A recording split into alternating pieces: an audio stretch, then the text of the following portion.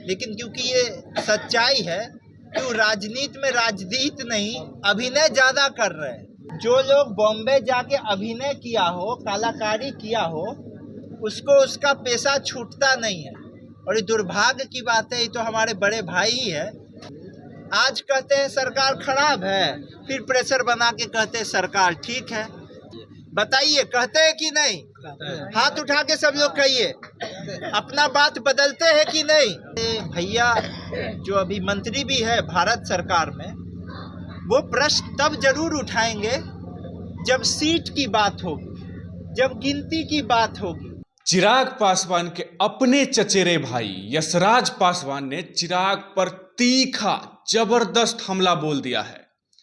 यशराज पासवान जो पशुपति पारस के बेटे हैं, उन्होंने चिराग पर हमला बोलते हुए कहा है कि वो राजनीति में एक्टिंग करते हैं।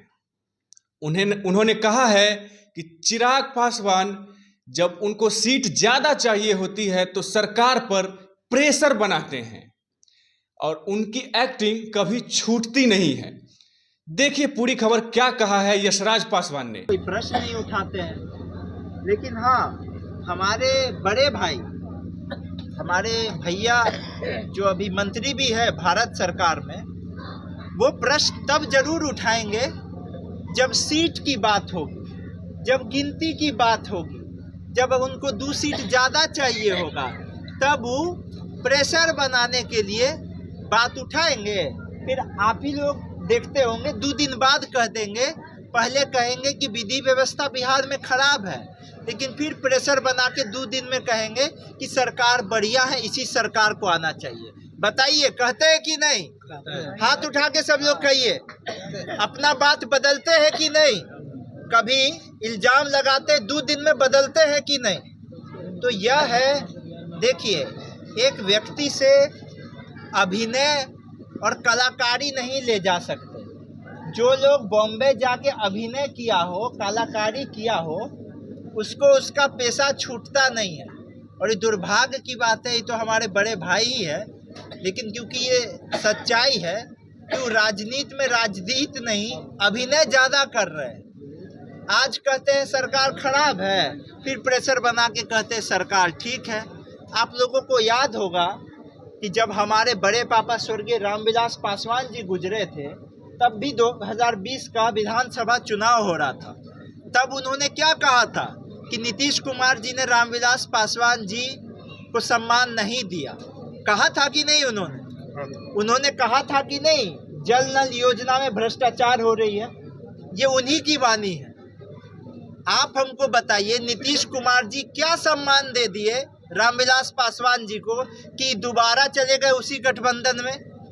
कोई पुल पुलिया का निर्माण हुआ है रामविलास जी के नाम पर? एक को पुल पुलिया बताइए हाथ उठा के।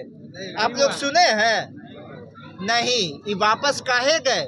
2024 का लोकसभा का चुनाव आ गया, विचलित हो गया मन कि अब हम दोबारा एमपी कैसे बने, सांसद कैसे बने, तो वापस चले गए।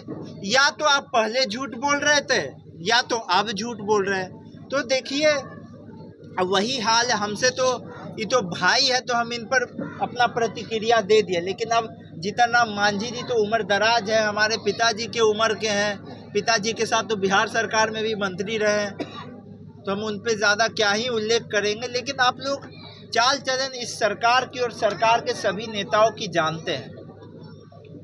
तो देखिए, यही सच्चाई है कि हम लोग के मंत्री अभी चाहे दिल्ली में हो या कहीं हो, वो जन सेवा के मंत्री, राजनीति के मंत्री नहीं, वो प्रचार के मंत्री बन के रह गए। पटना में एयरपोर्ट बन रहा है, लेकिन यहाँ पर एगो रोड का निर्माण नहीं हो रहा है। लोग क्या प्लेन में, जहाज में बैठकर वोट डालने आएगा कि सड़क से चल के वोट डालने जाएगा? आप ही लोग बताइए, हाँ कि ना? सड़क से न जाएगा कि प्लेन से यहाँ चढ़ के जाएगा वोट डालने? सड़क से जाएगा ना। उसके पास उसका वोटर आईडी कार्डे नहीं होगा, उसका नामे छटनी हो जाएगा, तो जहाजों भेज दीजिएगा तभी वो वोट नहीं डाल पाएगा। तो यही वास्तविकता है सरकार की।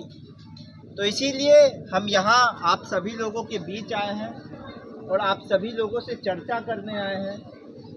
यहाँ की भी वास्तविकता, पटना राजधानी की वास्तविकता और जिलाओं की वास्तविकता, और सिर्फ आम नागरिक नहीं, बड़े बड़े नेता, विधायक, सांसद जो आपके लिए लड़ रहे हैं दिल्ली में, उनकी भी वास्तविकता ऐसी है।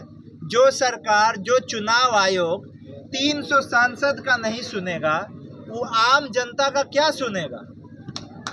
कोई जमीन जायदाद मांगने गया था नेता? तो जैसा कि आपने देखा, यशराज पासवान चिराग पर खुलकर हमला बोलते नजर आ रहे हैं। उन्होंने चिराग को एक्टर और झूठा कहा है। इसी तरह की और खबरों के लिए बने रहिए हमारे साथ और देखते रहिए हेडलाइंस बिहार। धन्यवाद।